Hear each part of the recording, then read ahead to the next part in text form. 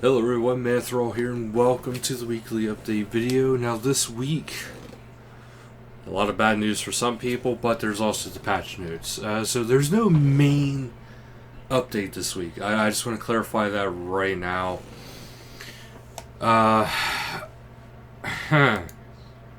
So there is actually been a change to the player-owned farm, and it is a lot of nerfs.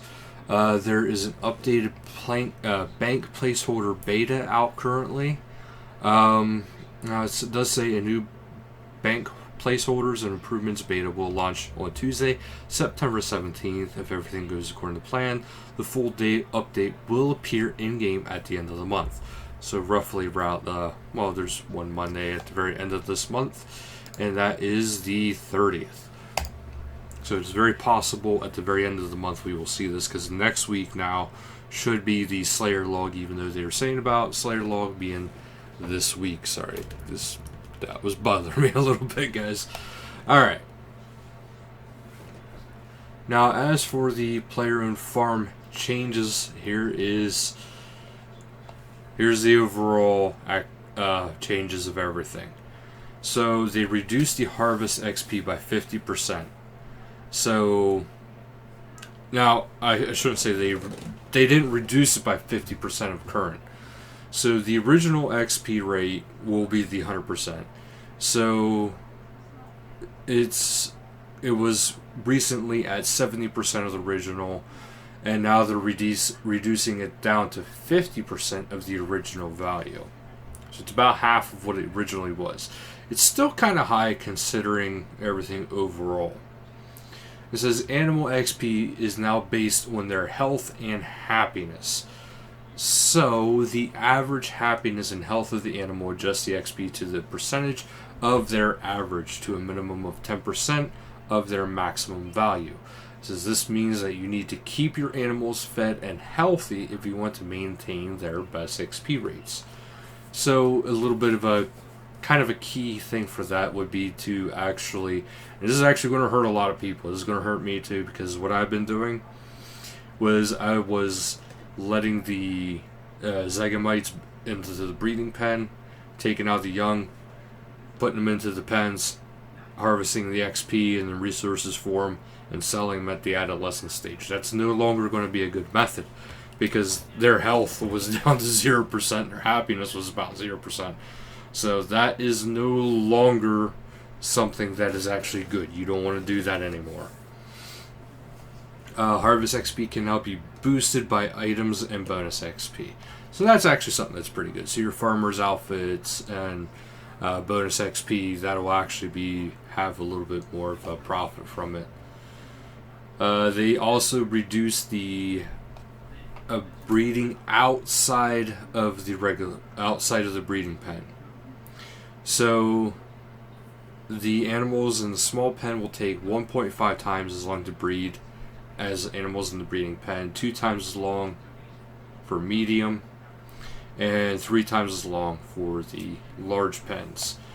But overall, I'm sorry, if you're doing large pens, odds are you're probably going to be doing, I want to say dragons. Most people at this point, you're probably doing dragons.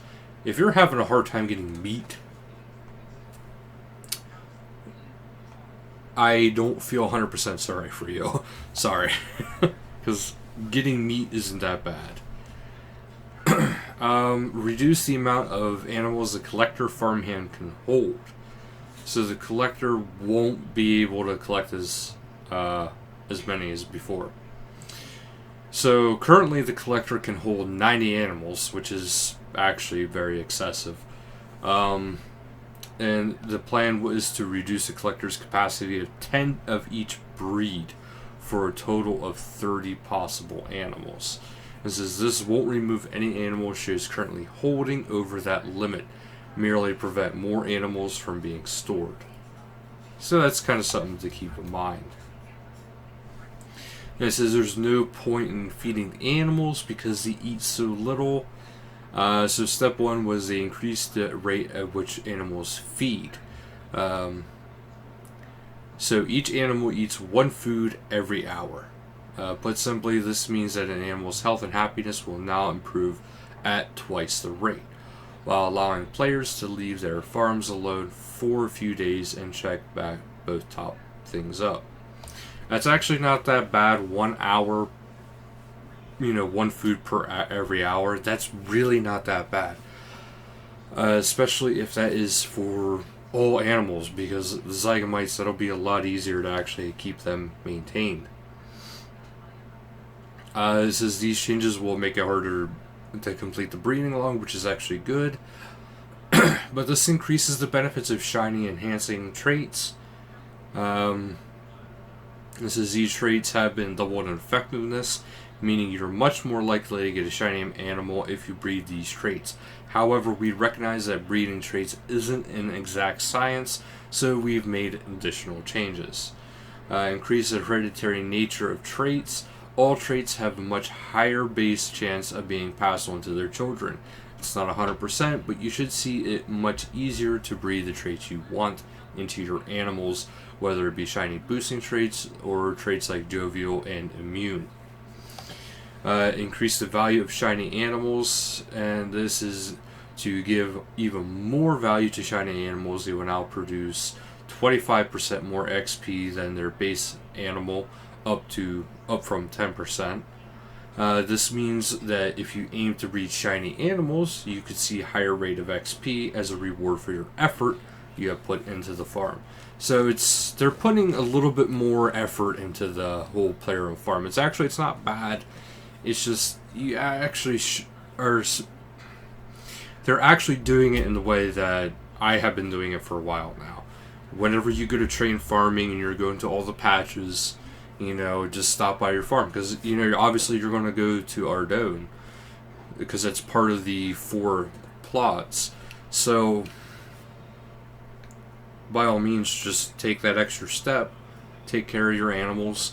If let's say you're growing watermelons, make sure you feed your animals, keep everything topped up, and it shouldn't be too much of a problem, really. I mean, I know some people are going to argue with that point, but it's not too bad. But yeah, then there's new merch for the store. The raffle reminder, make sure you're getting a raffle. There is patch notes this week. However, they are trying something different this week. There's actually the update, and then there's a patch notes, and they're both separate on the main page. So this way, for those who actually just want to get straight into it, you can kind of get straight into it, as you can see here. Which I kind of like that too, because it makes the videos just look a little bit better than the forums. I'm sorry. RuneFest 2019, the schedule and exclusive perks for attendees are actually available for you guys to actually check it out. You can celebrate your love with RuneScape with your friends, your favorite JMods and content creators. Discover unique in-game environments brought to life and take part in special activities. Yes, Skill Chips is back. Experience a full day of live events on the main stage. The great Gillenorian cook-off, cosplay show, data stream, creators Q&A, keynotes, and more. Go beyond the game with JMods and content creators in the behind-the-scenes panel talk. Be part of the excitement as we reveal future RuneScape and play some of this content in the world premiere hands-on. So they're actually going to allow people to have first play on some of the new content. Shockingly, there is still some RuneFest tickets. But if you cannot go, if you go to the main page and you go to today's update, you can actually download the RuneFest app, which will actually help you take part in festivities. Facebook Companion still going, and they still want feedback on it. Lootscape is still the land out of time, which is a guaranteed 1 to 2 hunter marks, 250 resources and random base camp resource. Guaranteed drop from basic drop table. View counter goes up on orb. 1 raffle ticket to use at Balthazar's. And chance base is a random skilling outfit piece if unowned, and either Nature's Balance or Lootscape if unowned. The basic drop table is prismatic small, medium, fallen stars, prismatic small and medium lamps, Spirit, Ruby and Diamond, Advanced Pulse Cores, Spring, Silver Hawk Down, Medium Dungeoneer and Token Box and Small, Uncut Dragonstone, and the large, medium, and small cash bags are all possible things. Live streams this week is... Oh, there's only one this week. Shockingly, that's actually very shocking. When slowly dwindling down a little bit. But Saturday, September 21st at 9 UTC game time, Little's featured stream. So do check that out if you want to get some of these goodies. Otherwise, we will go into the patch notes, which is combat. Troll Truckers, Shamans, and Brutes in Berthorpe Troll Cave are all now have an equal chance to drop charms, and therefore strange gold rocks, but only when you have unlocked the Taverley Path Book or have a skill level total of 250 or greater. An issue where some of the curse prayers would stall the player and fail to initiate a Telos encounter has been fixed. Players can now correctly unlock the Perdita pet after killing Solak 1000 times. Increased Evil Bob's stat draining effect in Shattered Worlds so that they're a bit more worth avoiding. Text, numerous typos have been fixed across game. That's all that we need to know about that, to be honest. Graphical, the click box for the Ogre Cook has been adjusted to better fit his model. Adjusted a mini world map icon to the prayer altar in Berthorpe Chapel. Corrected an issue where Xenia was blocking the doorway through Blood Pact if you left the catacombs earlier than intended. Environment lighting no longer changes suddenly when climbing up the all-fired-up beacon east of Berthorpe Imperial Guard camp. Removed a zone of map blocking west of some crates south of Taverley Windmill. Added map blocking to crate south of Taverley Windmill. Smooth height map in the southwest corner of Hillard's house in Berthorpe to resolve a gap in the flooring. Added map blocking to the end supports of the bridge in Taverley. White and shaggy sheep in Edgeville that looked yellow are now white and fluffy. They've increased the death animation of cows so that they now fade out once dying. Flared cocktail rest animation no longer shows a glowing orb when used alongside the noxious staff. Visual effects from your weapon will no longer persist while resting with the loves me not animation activated. Remove dual arena restrictions from tile outside dual arena. The inventory icon of amulets obtained from the demons in the Underground Pass quest have their inventory icon adjusted so they are now center. The water fountain outside the Legends Guild now has updated animation. Siphoning a manifested knowledge whilst turning a harp will now stop the tuning animation correctly. Black crystals surrounding the tree in Draenor Village have been removed. A graphical issue where water during the Swan Song quest has been fixed. Objects dropped on certain spots at Gemstone Dragon Cave by the exit will no longer float. Fix some shadow flickering on the second floor of the Stronghold of Security. Dropping an object on the corner of Chris Elder Tree will no longer cause it to float.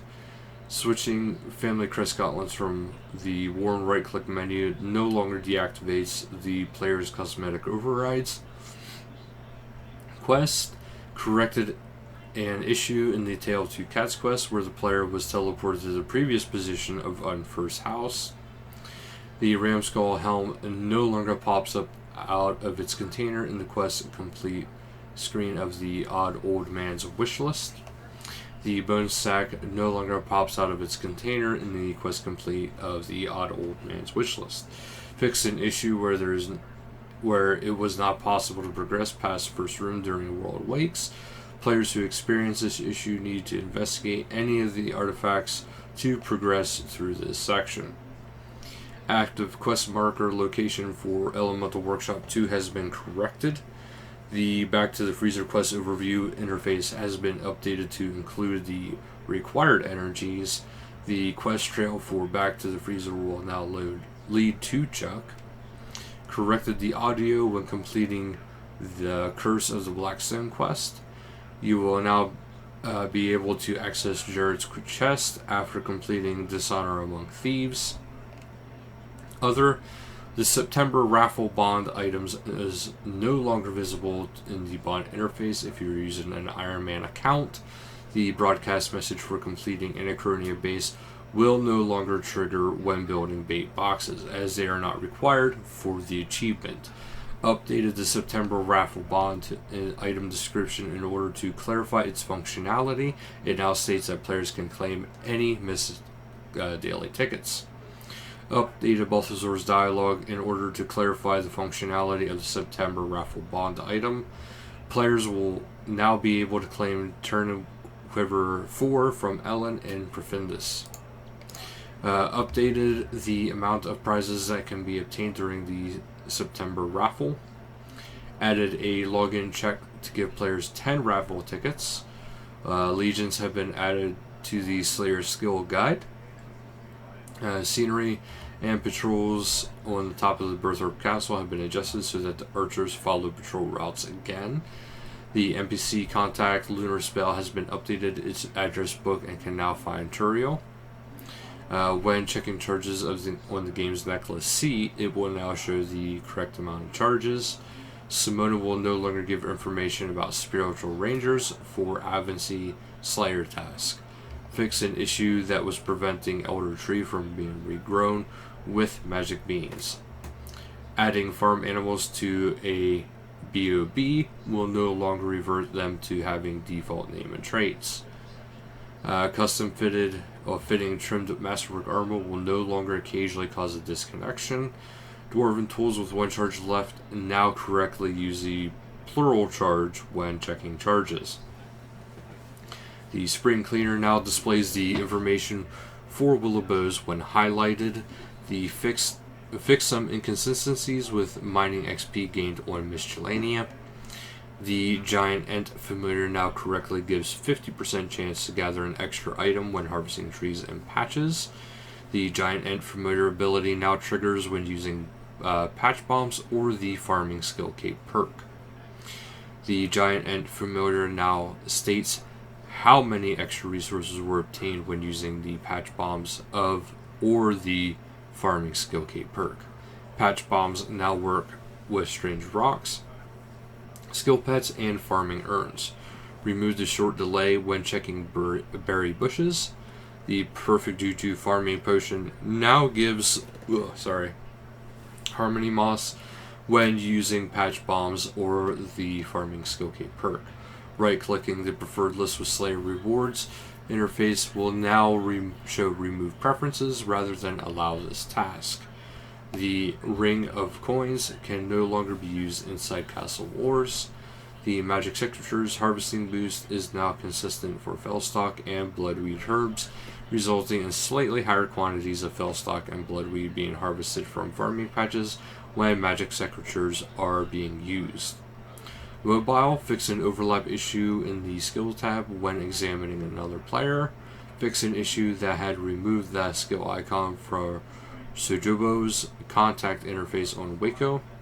Fix an issue with the text colors in the achievements window being hard to differentiate. Corrected a client clash from rapidly selecting and clearing achievement paths. Prevented advancing the cooking step of the cooking meat on the range path when cooking fish on a fire Borthorpe path is selected, and vice versa. Improved performance when advancing states during Tutorial Island.